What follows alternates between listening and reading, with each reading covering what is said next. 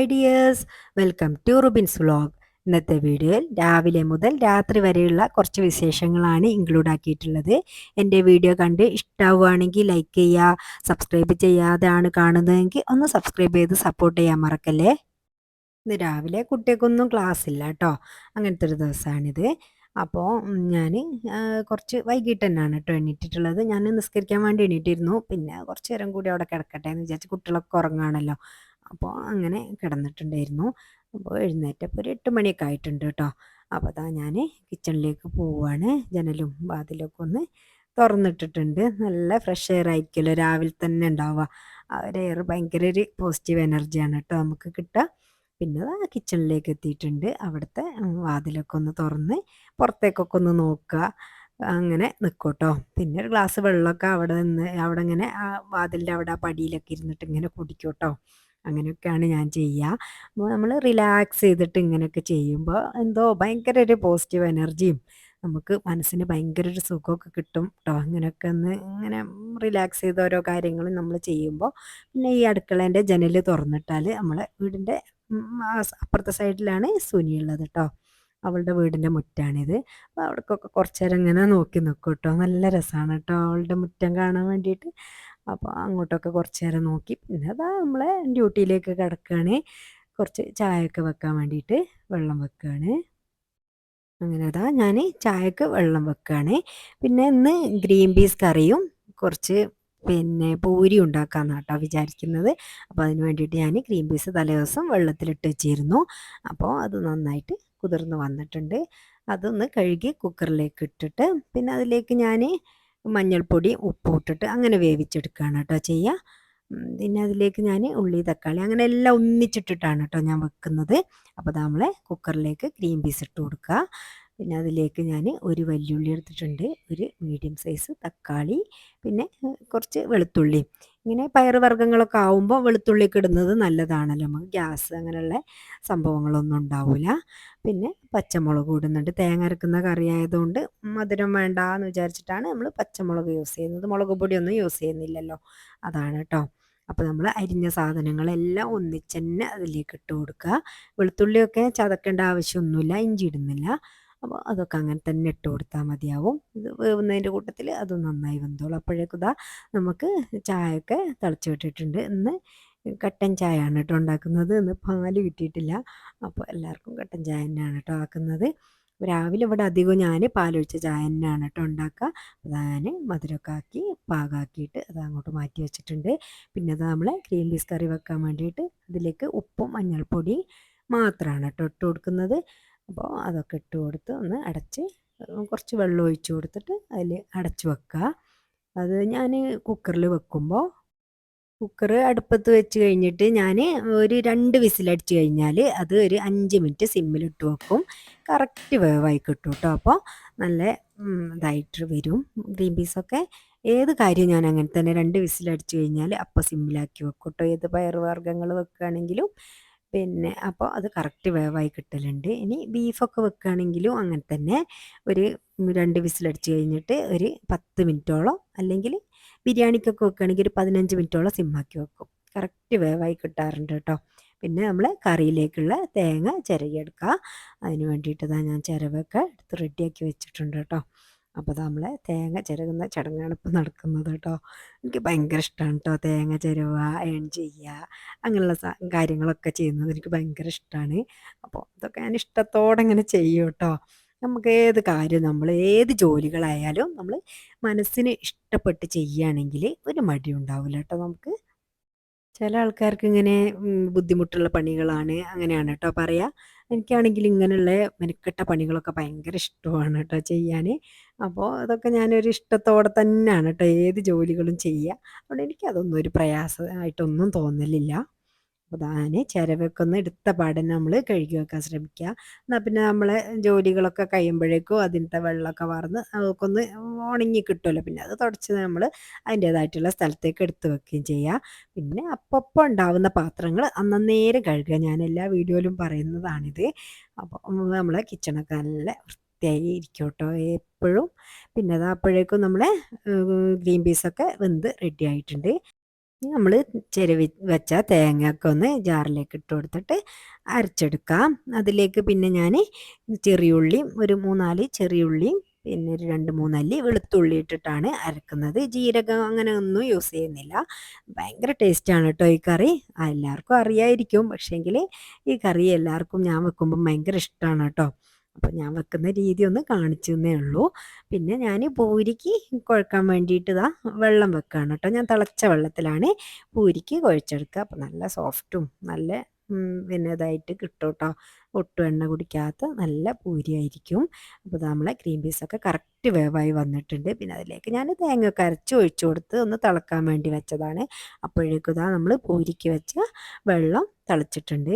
അപ്പോൾ കുട്ടികളൊക്കെ ഉണ്ടല്ലോ, അപ്പോൾ അവർക്ക് കഴിക്കാൻ വേണ്ടിയിട്ട് ഞാൻ കുറച്ച് ഫ്രൂട്ട്സൊക്കെ മഞ്ഞപ്പൊടിയും വിനാഗിരിയൊക്കെ ഒഴിച്ചിട്ട് വെള്ളത്തിലിട്ട് വെച്ചതാണ്. പിന്നെ അവർ ചോദിക്കുന്ന സമയത്ത് നമുക്ക് വേഗം കഴുകി ക്ലീൻ ചെയ്ത് ചൂടുവെള്ളത്തിൽ പിന്നെ ഒന്നുകൂടി കഴുകുകയും ചെയ്യും കേട്ടോ. അങ്ങനെയൊക്കെയാണ്. ഇപ്പം നല്ല വിഷമുള്ള സംഭവങ്ങളല്ലേ ഫ്രൂട്ട്സിലായാലും വെജിറ്റബിൾസിലായാലും ഒക്കെ. നമ്മൾ ഇങ്ങനെയൊക്കെ ഒന്ന് സൂക്ഷിച്ച് ചെയ്യുക. പിന്നെ വരുന്നത് വരട്ടെ അല്ലേ. ഞാൻ പകുതി മൈദയും പകുതി ഗോതമ്പ് പൊടിയും പിന്നെ ഒരു പിടി റവയാണ് കേട്ടോ എടുത്തിട്ടുള്ളത്. അതിലേക്ക് ഞാൻ തിളച്ച വെള്ളവും ഒഴിച്ചു കൊടുത്തിട്ടുണ്ട്. നന്നായിട്ട് ഇതൊന്ന് മിക്സ് ചെയ്ത് എടുക്കുകയാണ് കേട്ടോ. നന്നായി കുഴച്ചെടുക്കണം. അപ്പോഴാണ് നമ്മളെ പൂരി കറക്റ്റ് നമ്മൾ എണ്ണയിലേക്ക് ഇടുമ്പോൾ ഇങ്ങനെ പൊങ്ങി വരിക കേട്ടോ. നന്നായിട്ട് അതിൻ്റെ ഒരു പാകത്തിന് തന്നെ നമ്മൾ കുഴച്ചെടുക്കണം. നമ്മളെ കറിയൊന്ന് വറവിട്ടെടുക്കണം. എന്നാൽ പിന്നെ നമ്മൾ പൂരി ആവുന്നതിനനുസരിച്ച് കുട്ടികളൊക്കെ വന്നു കഴിഞ്ഞാൽ അവർക്കിങ്ങനെ കൊടുക്കാമല്ലോ. അപ്പോൾ അതിന് വേണ്ടിയിട്ട് കറി നമ്മൾ ആദ്യം തന്നെ റെഡിയാക്കി വെച്ചാൽ പിന്നെ കടി ഉണ്ടാക്കുന്നതിൻ്റെ കൂട്ടത്തിൽ അങ്ങനെ കഴിച്ച് പോയിക്കോളും. അങ്ങനെയാണ്. പിന്നെ നമ്മൾ ചെറിയുള്ളിയിലാണ് കേട്ടോ ഇത് വറവിടുന്നത്. കടുകൊന്നും യൂസ് ചെയ്യുന്നില്ല.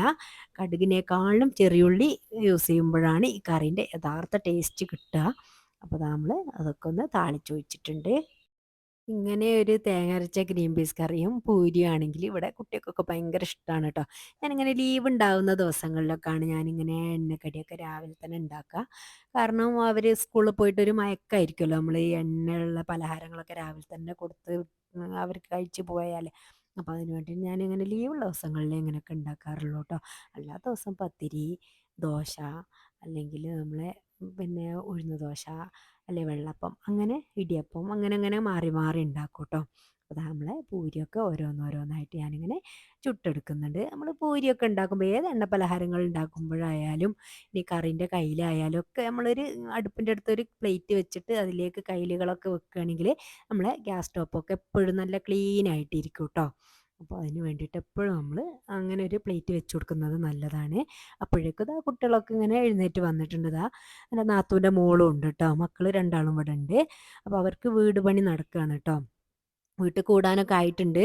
അപ്പോൾ അതിൻ്റെ ഓരോ തിരക്കിലാണ് കേട്ടോ നെസ്താത്തയും മളിയനൊക്കെ. അപ്പോൾ കുട്ടികൾ ഇവിടെയാണ് കേട്ടോ ഉള്ളത്. അവർ വീടൊക്കെ മാറുന്ന തിരക്കിലാണ്. അപ്പോൾ ഞാൻ അവർക്കൊക്കെ ഫുഡൊക്കെ കൊടുത്തു കഴിഞ്ഞതിന് ശേഷം കിച്ചണൊക്കെ ക്ലീൻ ആക്കി ഇട്ടിട്ടുണ്ട്. പിന്നെ അവർക്ക് നോക്കിയപ്പോൾ നല്ല ജലദോഷവും ഫത്തൂനും അർസൂനും നല്ല ജലദോഷം കഫക്കെട്ടൊക്കെ ഉണ്ട് കേട്ടോ. നമ്മളെ ഇവിടെയൊക്കെ ഇതിന് പനിക്കൂർക്ക അല്ലെങ്കിൽ കഞ്ഞിക്കൂർക്കൽ അങ്ങനെയൊക്കെയാണ് കേട്ടോ പറയുക. പല നാട്ടിലേക്കും പല പേരായിരിക്കും. അപ്പോൾ നിങ്ങളുടെ നാട്ടിലേക്കൊക്കെ എന്താണ് പേര് പറയുന്നതെന്ന് കമൻറ്റ് ചെയ്യണേ. അപ്പോൾ ഞാൻ അതൊക്കെ ഒന്ന് വാട്ടിയെടുക്കുകയാണ് കേട്ടോ. ഇങ്ങനെ പപ്പടക്കോലിൽ വെച്ചിട്ട് ഇങ്ങനെ തീ ഏത് തീയാണെങ്കിലും നമ്മൾ അടുപ്പിൽ ഏതാണെങ്കിലും പിന്നെ ഇനി മൂടി വെച്ചിട്ട് നമ്മൾ ആവി കയറ്റിയാലും മതി. എന്തായാലും നമുക്കിത് വാടി കിട്ടിയാൽ മതി കേട്ടോ.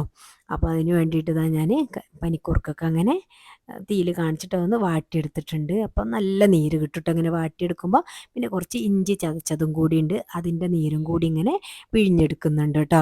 അപ്പോൾ ഇത് രണ്ടും പിന്നെ അതിലേക്ക് കുറച്ച് തേനും കൂടി ആക്കി കൊടുത്തിട്ട് കുട്ടിക്ക് കൊടുത്തു കഴിഞ്ഞാൽ പെട്ടെന്ന് തന്നെ കഫക്കെട്ടും ഇതൊക്കെ ഉണ്ടെങ്കിൽ അങ്ങനെ മാറിക്കിട്ടും കേട്ടോ. നമ്മൾ ആദ്യം നമ്മളെ വീട്ടിൽ നിന്ന് ഇങ്ങനെയൊക്കെ ഒന്ന് ചെയ്ത് നോക്കിയതിന് ശേഷം പിന്നെ ഹോസ്പിറ്റലിലൊക്കെ കാണിക്കണമെങ്കിൽ കാണിച്ചാൽ മതിയല്ലോ. പക്ഷേ ഇത് നല്ല യൂസ്ഫുള്ളായിട്ടോ കുട്ടിക്ക്. നല്ല കഫക്കെട്ടുണ്ടായിരുന്നു കേട്ടോ അവർക്ക്. അത് നല്ല വൈകുന്നേരമൊക്കെ ആയപ്പോഴേക്കും അവർക്ക് ഇങ്ങനെ ഛർദ്ദിക്കാനുള്ള ടെൻഡൻസി ഒക്കെ വന്നിട്ടേ അങ്ങനെ ഛർദ്ദിച്ച് പോവേ അല്ലെങ്കിൽ തുപ്പിക്കളയാനുള്ളതോ അങ്ങനെയൊക്കെ ആയിട്ട് വരും കേട്ടോ. അപ്പം നല്ല മാറ്റം ഉണ്ടായിട്ടോ. രാത്രി ആയപ്പോഴേക്കും അങ്ങനെ 2 സ്പൂൺ വീതം അല്ലെങ്കിൽ 1 സ്പൂൺ വീതം ഇടയ്ക്കിടയ്ക്ക് ഇങ്ങനെ കൊടുത്തു നോക്കിയാൽ മതി. ഇങ്ങനെ ആക്കിയിട്ട് പിന്നെ ഞാൻ എൻ്റെ ക്ലീനിങ്ങിലേക്കൊക്കെ കിടന്നിട്ടുണ്ട്. അപ്പോൾ ടേബിളിൽ അവർ പഠിച്ചിട്ട് ബുക്കും ഒക്കെ അങ്ങനെ വെച്ച് പോയിരുന്നു കേട്ടോ 10 വർഷവും. അപ്പോൾ അതൊക്കെ ഞാൻ എടുത്ത് വെക്കുകയായിരുന്നു. നമ്മളെ ക്ലീനിങ്ങും കാര്യങ്ങളൊക്കെ അങ്ങനെ കഴിഞ്ഞിട്ടുണ്ട്. പിന്നെ ദാ ചോറൊക്കെ ആയതാണ്. അപ്പം ചോറിന് കറിക്ക് കുറച്ച് ചീരൻ്റെ ഇല താളിക്കാന്ന് വിചാരിച്ച് ചിക്കൻ പൊരിച്ചതും പിന്നെ പയറുപ്പേരിയൊക്കെ ഉണ്ട് ട്ടോ. അപ്പോൾ അതൊക്കെ റെഡി ആയിട്ടുണ്ട്. അപ്പോൾ ഞാൻ അതൊക്കെ റെഡിയാക്കി വെച്ചതിന് ശേഷം ഞാനിതാ ഒന്ന് നമ്മുടെ ഇൻഡോർ പ്ലാന്റ്സുകളൊക്കെ ഒന്ന് പുറത്തേക്ക് വെക്കുകയാണ്. അതിനെ ഒന്ന് പരിചരിക്കാനുണ്ട് ട്ടോ. നമ്മൾ ഒരാഴ്ചയൊക്കെ അത് അകത്ത് നിൽക്കുള്ളൂ ട്ടോ. അതിനുശേഷം നമ്മളൊന്ന് പുറത്തേക്ക് വെച്ച് അതിനൊന്ന് പൊടിയൊക്കെ തട്ടി ഒന്ന് നല്ലോണം നനച്ച് കൊടുത്ത് 2 ദിവസം പുറത്തൊക്കെ വെച്ച് അങ്ങനെ പിന്നെയാണ് ട്ടോ ഉള്ളിലേക്ക് കയറ്റേണ്ടത്. അപ്പോഴാണ് ശരിക്കും നമ്മൾ ചെടീനെ പരിചരിക്കുന്നുണ്ട് എന്ന് ചെടികൾക്കും തോന്നണം. അങ്ങനെ ആകുമ്പോഴാണ് അവരും നന്നായിട്ട് നമുക്ക് നല്ല രസത്തിൽ ഇങ്ങനെ അടിപൊളിയായിട്ട് ചെടിയൊക്കെ നിൽക്കുള്ളൂ ട്ടോ. നമ്മൾ ചെടീനെ എങ്ങനെ കെയർ ചെയ്യുന്നോ അതുപോലെയാണ് ട്ടോ ചെടീൻ്റെ എല്ലാ ഇതും നമുക്ക് കാണാനും കഴിയുക.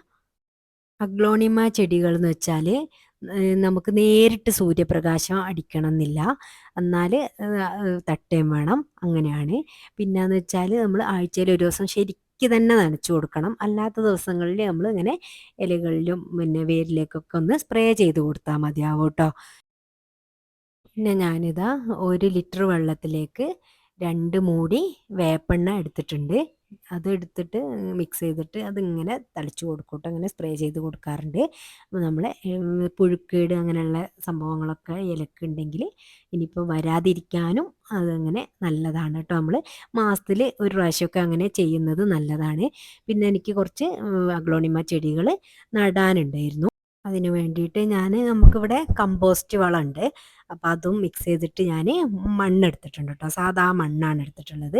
അതിലേക്ക് ചകിരിച്ചോറും കുറച്ചെടുത്തിട്ടുണ്ട് കേട്ടോ. അപ്പം പകുതി മണ്ണും കാൽഭാഗം നമുക്ക് മണലാണെങ്കിൽ മണൽ, ചകിരിച്ചോറാണെങ്കിൽ ചകിരിച്ചോറ്, പിന്നെ നമ്മൾ എന്ത് വളമാണോ ചേർക്കുന്നത് അതുമാണ് കേട്ടോ. അങ്ങനെ കാൽഭാഗമായിട്ട് ചേർക്കുക. അപ്പം അര ഭാഗമാണ് നമ്മൾ മണ്ണെടുക്കേണ്ടത്. അപ്പോൾ അങ്ങനെ എന്താ ഞാൻ കുറച്ച് പോട്ടിംഗ് മിക്സ് എടുത്തിട്ടുണ്ട് കേട്ടോ. നമ്മൾ ഇൻഡോർ പ്ലാന്റുകളൊക്കെ നടുകയാണെങ്കിൽ നമ്മൾ പിന്നെ ഒരു പോട്ടിംഗ് മിക്സ് ഉണ്ട്. അപ്പോൾ ആ പോട്ടിംഗ് സോയിൽ അത് നമ്മൾ അത് മാത്രം ഇട്ടിട്ട് നട്ടാലും ഇങ്ങനെയുള്ള ചെടികളൊക്കെ നന്നായിട്ടുണ്ടാവും. അപ്പോൾ ഞാൻ സാധാ മണ്ണിലേക്ക് അതുപോലത്തത് കുറച്ചിട്ടിട്ട് അങ്ങനെ നടാറുണ്ട് കേട്ടോ. അതാ നമ്മളെ മാവൊക്കെ പൂത്ത് മാങ്ങയൊക്കെ ഉണ്ടായിട്ടുണ്ട് കേട്ടോ. ഞാനിപ്പോൾ ഇങ്ങനെ ഇത് നടാൻ വേണ്ടി വന്നപ്പോഴാട്ടോ അതിൻ്റെ ഉള്ളിൽ ഇങ്ങനെ മാങ്ങ ഇരിക്കുന്നത് കണ്ടത്. അപ്പോൾ അതാ ഫത്തു അർജുൻ്റെ കൂടെ തന്നെ ഉണ്ട് കേട്ടോ. അവരിങ്ങനെ നോക്കുന്നുണ്ട്. അവരോട് പറിക്കല്ലേ എന്നൊക്കെ ഞാനിങ്ങനെ പറയുന്നുണ്ട് കേട്ടോ. മാങ്ങയൊക്കെ കണ്ടു കഴിഞ്ഞാൽ ഫത്തു എങ്ങനെയെങ്കിലും അത് പറിക്കും കേട്ടോ. പക്ഷേ ഇത് പിന്നെ പഴുക്കട്ടെ എന്നൊക്കെ പറഞ്ഞ് ഇങ്ങനെ കാത്തിരിക്കുന്നുണ്ട്. അപ്പം ഇനി എന്നും അത് നോക്കുന്ന പണിയായിരിക്കും. അങ്ങനെ അതാ നമ്മളെ സംസാരത്തിൻ്റെ ഇടയിൽ ചെടികളൊക്കെ നട്ട് കഴിഞ്ഞിട്ടുണ്ട് കേട്ടോ. നമ്മൾ ഏത് ചെടി നട്ട് കഴിഞ്ഞാലും അപ്പം തന്നെ നമ്മൾ നന്നായിട്ട് നനച്ചു കൊടുക്കണം. പിന്നെ അങ്ങനെ നനച്ചു കൊടുക്കണം എന്നില്ല. ഇങ്ങനെ ഈ ചെടിയൊക്കെ ആണെങ്കിൽ പെട്ടെന്ന് തന്നെ ചീഞ്ഞ് പോവാനും സാധ്യത ഉണ്ട് കേട്ടോ. അപ്പോൾ അധികം നനവ് ഇതിന് പാടില്ല. എന്നാൽ നനവ് വേണം താനും. അങ്ങനെയാണ്. പിന്നെ ഞാൻ നെസ്താത്തൻ്റെ വീട്ടിൽ അവർ സാധനങ്ങളൊക്കെ എടുത്ത് വെക്കുന്നുണ്ടായിരുന്നു കേട്ടോ. അപ്പോൾ അങ്ങോട്ടൊന്ന് പോയി നോക്കിയതാണ്. അപ്പോൾ അതാ പണിക്കാരും ഉണ്ട് കേട്ടോ അതിൻ്റെ ഇടയിൽ കൂടെ. അപ്പോൾ അത് ഹൗസ് വാമിങ്ങൊക്കെ അടുത്ത് വന്ന് ആ ഒരു 2-3 ദിവസം മുമ്പ് എടുത്തിട്ടുള്ള വീഡിയോ ആണ്. അപ്പോൾ ഹൗസ് വാമിങ്ങൊക്കെ കഴിഞ്ഞിട്ടുണ്ട്. അടുത്ത വീഡിയോ ആയിട്ട് ഞാനത് ഇടാം കേട്ടോ. അപ്പോൾ അതാ പിന്നെ എല്ലാവരും ഉണ്ട്. അളിയനും അളിയൻ്റെ പിന്നെ ബന്ധുക്കളും എല്ലാവരും ഉണ്ട് കേട്ടോ. ഓരോ ജോലികളായിട്ട് എല്ലാവരും ചെയ്യുന്നുണ്ട്. അപ്പോൾ ഇതാ ഞാനും നിസ്താത്തും എല്ലാവരും ഇതാ അവർ സാധനങ്ങളൊക്കെ കൊണ്ടുവച്ചതാണ്. ഇനിയിപ്പോൾ ഇതൊക്കെ അലമാരയിലേക്കൊക്കെ ഒതുക്കി വെക്കണം. അപ്പോൾ ഇന്നത്തെ വിശേഷങ്ങൾ ഇത്രയൊക്കെയാണ്. എൻ്റെ വീഡിയോ കണ്ട് ഇഷ്ടമായിട്ടുണ്ടെങ്കിൽ ലൈക്ക് ചെയ്യുക. സബ്സ്ക്രൈബ് ചെയ്യാതെയാണ് കണ്ടതെങ്കിൽ ഒന്ന് സബ്സ്ക്രൈബ് ചെയ്ത് സപ്പോർട്ട് ചെയ്യാൻ മറക്കല്ലേ. നിങ്ങളുടെ വാല്യുബിൾ ആയിട്ടുള്ള കമൻറ്റുകൾ എന്ത് തന്നെയായാലും കമൻറ്റ് ബോക്സിൽ അറിയിക്കുക. നിങ്ങളുടെ ഫ്രണ്ട്സൊക്കെ ഒന്ന് ഷെയർ ചെയ്ത് കൊടുക്കുക. Thanks for watching. ബൈ.